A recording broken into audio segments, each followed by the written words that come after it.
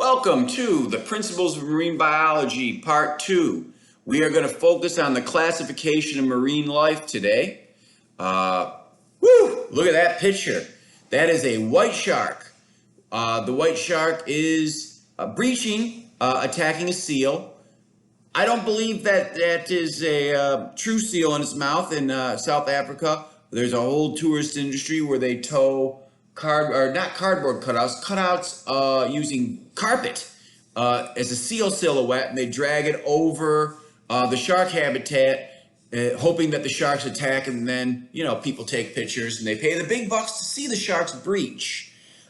Breaching sharks. I've seen breaching sharks down in the Bahamas. I've seen the spinning black tips breach out on some shark rodeos and shark dives. So it's quite fascinating and quite amazing. Take note for future reference, the counter shading of the white shark. You can see its tummy and underside is white. That helps it blend in to the sky if you're below it. And the back of it is dark, and that helps it blend into the seafloor if you're above it. So that is the general coloration of the ambush predator in the sea, the counter shading. Some, like a schooling organism tends to be silver, which sparkle, confuses predators, and it's hard to pick out a specific target. So coloration is one of the adaptations of the marine environment, and the white shark has what we call counter shading. But today we're looking at taxonomy, the classification of marine life. Linné is the father of taxonomy. He was the first to introduce a systematic way to organize nature, scala naturae, scale of nature. We've expanded it to a 6-kingdom system, so we'll briefly go through each kingdom. We also look at domains. Domains is based on cell structure. So our modern taxonomy is far more sophisticated than the Linnaean original taxonomy, but shares many of the same characteristics. The taxonomic order of categories are domain, kingdom, phylum or division, class, order, family, genus, species. Did King Philip come over for green spaghetti? That's how I remember it. Also, the binomial scientific name is the genus capitalized, the species all lowercase, underlined, handwritten, italicized, typed. That is called the binomial two-part name. Most biology texts split domains into 3 categories. I like to keep it simple. I just go by prokaryotic and eukaryotic cell structure. So the prokaryotic cell structure is Archaea and bacteria. Those are the 2 domains that most texts use. And then eukarya is the 3rd domain.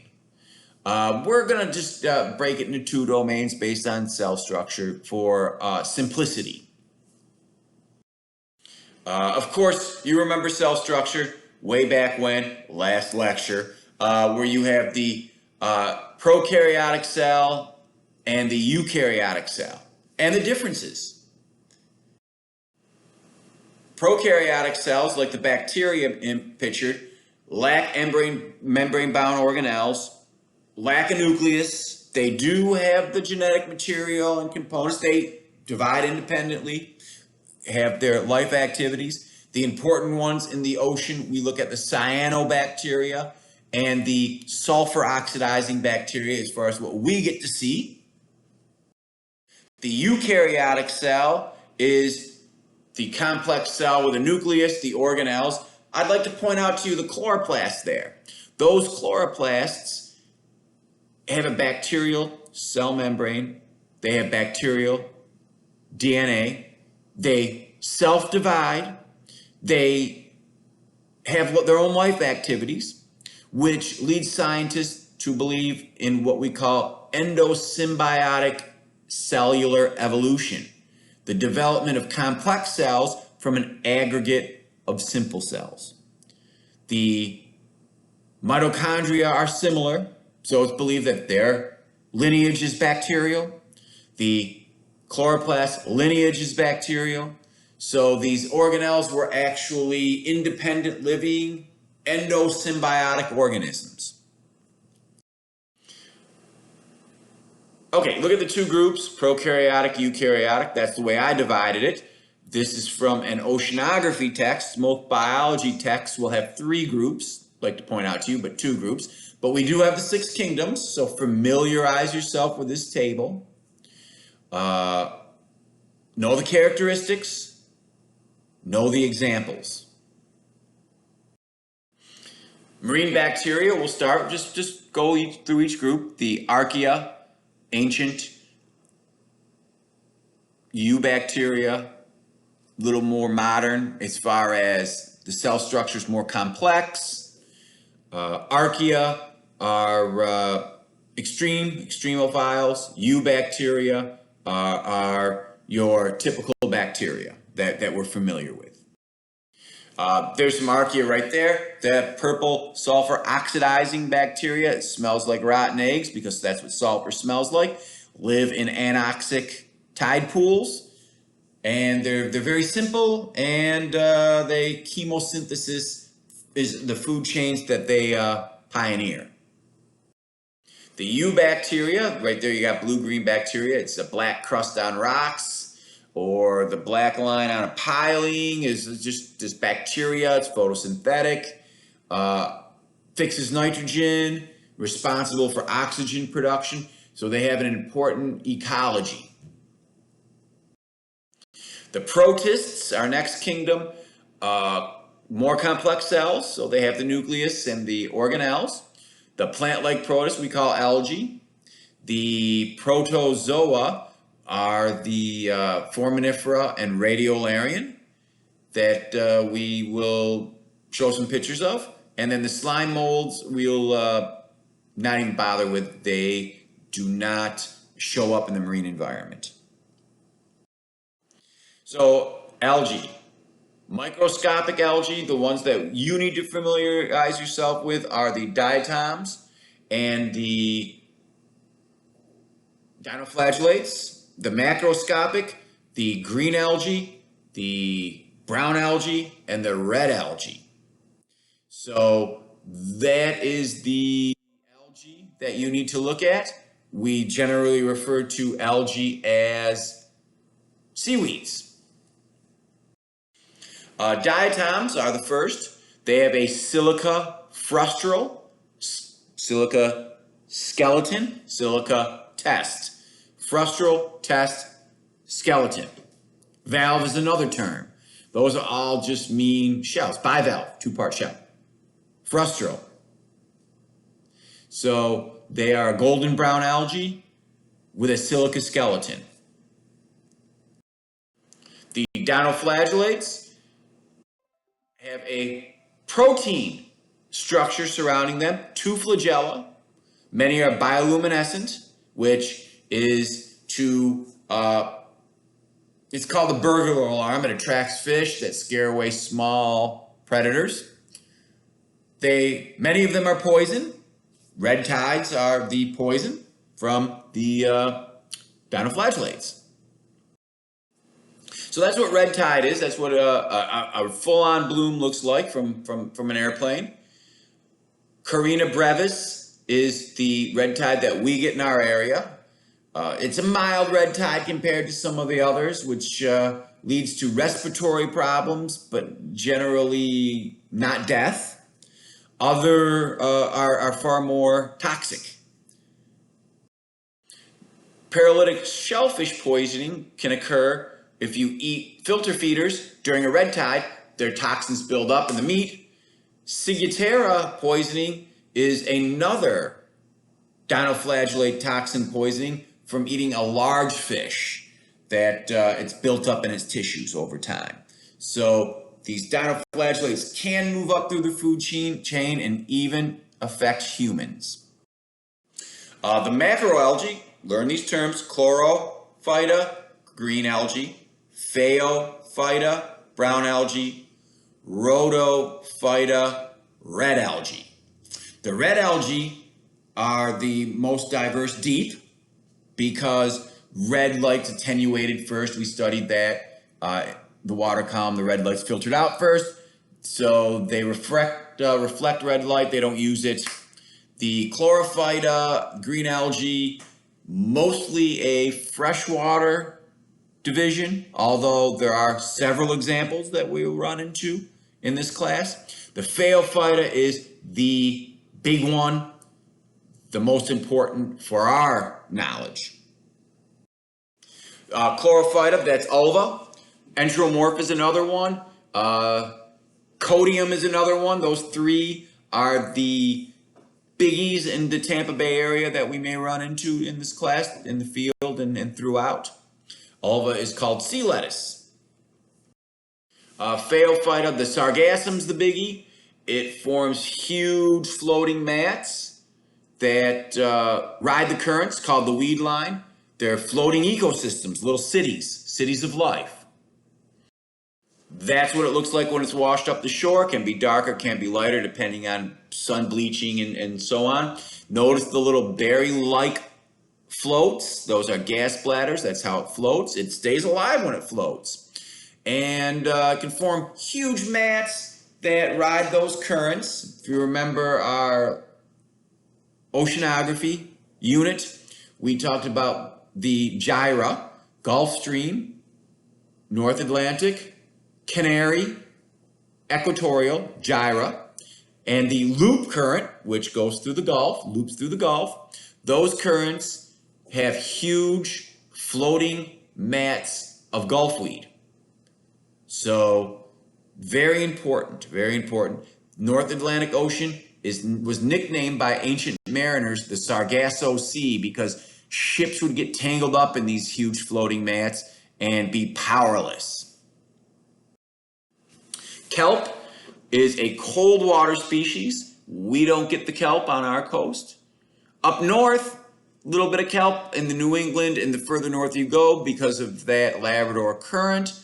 West coasts of countries get kelp. They get the cold currents. The California current, cold water current, nutrient rich. Tons of kelp forests down the coastline, west coast. Rhodophyta, obviously red. We mentioned deep water, so they have these unique pigments. So they're specialized in the blue and blue range, and so they're better at photosynthesizing in the deep. Porifera, that's our nori that's found in sushi. It's the wrap. Turns kind of a blackish green when it dries out. Chondrus is harvested for ice cream. It's got carrageenan in it, so that what keeps ice cream creamy. Polysiphonis, stuff that we get washed up here in Corallina officinalis, is coral reef algae. So, algae is very important economically. Food, gels like ultrasound, when they squirt gel, and then that's all algae based. Hair gel's algae based. Toothpaste has got diatoms that scrape off the tartar on your teeth. So algae is super important. It's harvested commercially. The animal-like protists have the common that they eat, heterotroph. They have to get food from an outside source. Foraminifera is the most important. It has a calcium test skeleton. Foramen means holes. You can see from the image, those little threads sticking out are called pseudopods. That's how they hunt. That's their body. That's the protoplasm. You can see the little calcium tester shell. That's full of little holes. When they die, they sink to the bottom, form thick mats of limestone that was used to build the pyramids. Our oil deposits are generally zooplankton and phytoplankton remains, so they're an important contributor to the petroleum deposits, as are the Radiolaria. Radiolarians are very similar, except they have a silica-based skeleton, not a calcium-based skeleton. The next division, Anthophyta, belongs to kingdom Plantae. Angiosperms, well, let's dial it back.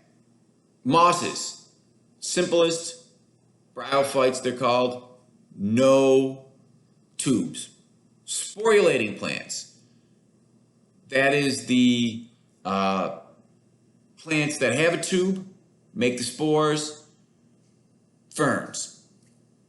Then you have the gymnosperms, the non-flowering seed plants. And then angiosperms, the flowering seed plants. Now in the ocean, you just find angiosperms growing. On land, barrier islands and so on, we'll touch upon them all. But in the ocean, all you have are seagrasses, which are submergent, mangroves, which are emergent, and cord grasses or salt marsh grasses, which are emergent. So that's all you get in the ocean, plant-wise. So there's your cord grasses, your mangroves, and your seagrasses. Animals. Animals are eukaryotic, multicell, generally have muscle contractions, and they eat. They feed by ingestion. The table I pulled from an oceanography text. The porifera, pore-bearing sponges, Cnidaria have stinging cells. Notice the term siphonophores. We'll talk about that shortly, but just make a mental note. Missing is the ctenophores. The Platyhelminthes and the nematodes are round flatworms, not very important to us. The annelids, the mollusks, arthropods, echinoderms, and chordates are all phyla you need to learn. The porifera, here you go, diversity of sponges, pore-bearing sponges, filter feeders, reproduce by broadcast spawning, sperm and egg in the water column during the proper tidal cycle, usually a spring tide, used to mix the gametes, disperse the young. Cnidaria have two body plans, polyp, which is on the left, sea anemones and corals, tentacles pointing up around the mouth. Generally live benthic. They have the medusa on the right, which is a bell-like float with the tentacles pointing down, surrounding the mouth. The Portuguese man-of-war is the siphonophore. That is a floating colony of zooids, separate organisms, floating in a colony as one organism. The jellyfish on the right, the true jellyfish, also a medusa, is one organism, and the cells operate together in complex tissues. So you have polyps, which are coral and anemones, and you have medusa, which is siphonophores, and jellies. All of them have stinging cells on their tentacles surrounding a mouth. That is the cnidarian characteristic. Ctenophores used to be in the same group as Cnidaria because that jelly-like body, so they were mistaken. It was called coelenterate. They've been broken up because, upon further review, there's no stinging cells, no tentacles. They feed with combs. They have a totally different internal anatomy, so they superficially resemble jellies, but they're totally different. Comb jellies. Flatworms, Platyhelminthes.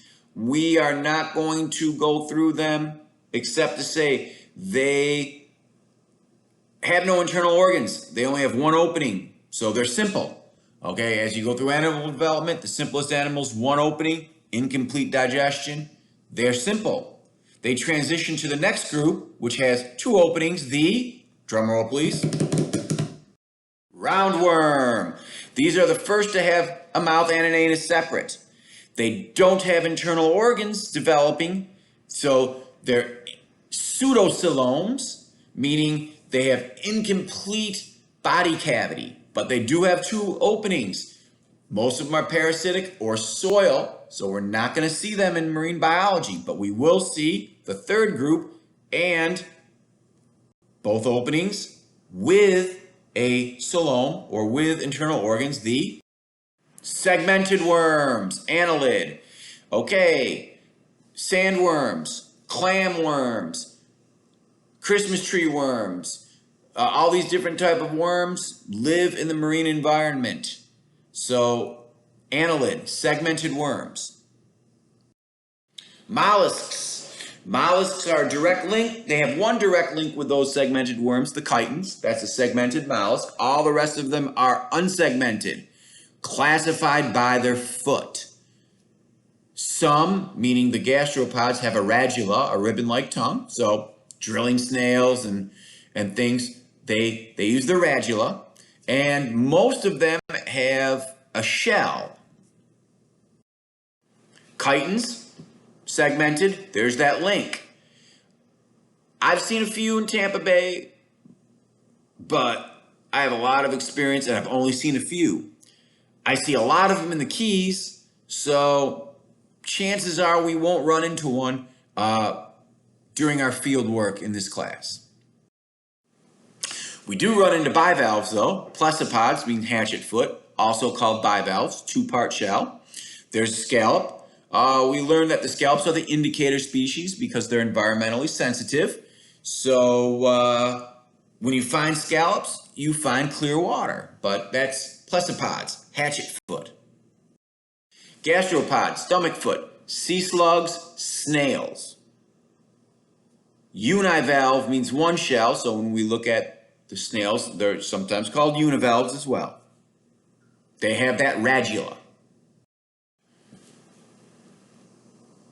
Cephalopod, head foot, tentacles on the head. Squid, cuttlefish, octopus, nautilus. Nautilus is a living fossil, external shell. Cephalopods used to be the Mac Daddy of the sea, but they near extinction except for our nautilus. All the rest of them are long gone.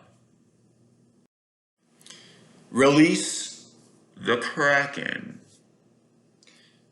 These are the first pictures of our giant squid. Giant squid has 8 arms, 2 tentacles, surrounding its beak-like mouth, huge eyes. They have chased after old ships. Their mortal enemy is the sperm whale. Sperm whales eat them, they chase them off. So it's believed that these old ships may have, the old creaky sail ships and whaling vessels, but they were never photographed. Occasionally you'd find them washed up, and that's a 60 to 80 foot blob of squid. I mean, that's pretty impressive. So there are the stuff of legends. I even saw one eat Johnny Depp. Arthropods, insects on land, crustaceans in the sea, super numerous, super diverse. And, just so you feel better, there is one species of marine spider that lives in Tampa Bay. So we got that going for us. Echinoderms, spiny skin, that's what it means. Fivefold symmetry, radial. Starfish, sea stars, brittle stars, sea urchins, sea cucumbers, pump water through their body, that's their blood. So they don't have their own independent blood. They use a system of canals in their body and they pump the seawater through. Chordates, meaning having a spinal cord. The invertebrate ones pictured here, Amphioxus to the left, to the right you got sea squirts. those sea squirts, tunicates, that's the adult form, they're filter feeders. The juvenile, the sperm and egg, broadcast spawning, juvenile, resemble fish, have the nerve cord, have a body like a fish, settle down, and grow into a filter feeding blob up top, or a pretty glass appearing tunicate at the bottom. But they grow into a totally different adult. And then the vertebrates, the modern taxonomists split Agnatha. I like to keep it simple without a textbook. I think Agnatha is nice. It's the jawless fish. I divide it into two subclasses, the lamprey and the hagfish. Chondrichthyes is the sharks, skates, and rays, and then Osteichthyes, the bony fish. Amphibians, not common in the marine environment. Then you have your reptiles, birds, and mammals. The Agnatha, the jawless fish, there's a lamprey, no lower jaw. It has its teeth. They actually attach to an organism, and those teeth cut it. They drain the body fluids. So Agnatha, no jaws. Chondrichthyes, cartilaginous fish, the sharks, skates, and rays. They also have no swim bladder. They use the liver to produce oil for buoyancy. They have no gill coverings. They have different scales. So they're totally a different organism than the bony fish. There's your sharks up top, and your ray and your skate in the bottom. Cartilage, no gill covering, very different from bony fish. Osteichthyes are the bony fish, swim bladders, bones, operculum covering their gills. They diverge into two groups, the ray-finned fish and the lobed fin fish. The lobed fin fish have bones in their fins, and they use their gas bladders as lungs, lungfish, things like that. So the Osteichthyes, the most common are the ray-finned fish, by far. Reptiles, we look at the saltwater crocodiles, the sea snakes and kraits, the marine iguana, and then the sea turtles. So those are our four general types of reptiles. Reptiles breathe air, lay eggs, have scaly skin. The birds, well, you visit the seaside seabird sanctuary, you'll see a lot of our birds. Hopefully you get pictures not only of the birds at the sanctuary, but throughout the course, the field course. Some are wading, some swim, some hunt on the wing. So you'll see a great diversity of these beautiful creatures. And the marine mammals. Mammals have mammary glands. That's a modified sweat gland making milk. They're viviparious for the most part, live birth, although there's a couple of throwbacks that lay eggs. Endothermic, meaning they control their own body temperature. The cetacea, broken up into the Mycete, baleen whales, Odontocete, toothed whales. Carnivores, broken up into the pinnipeds and the fissipeds. Pinnipeds are the feather feet sea lions, and then the fissopods are the sea otters and the polar bear. Sirena, manatees and dugongs. Manatees enter freshwater, have different tails. Dugongs have a forked tail, pure saltwater.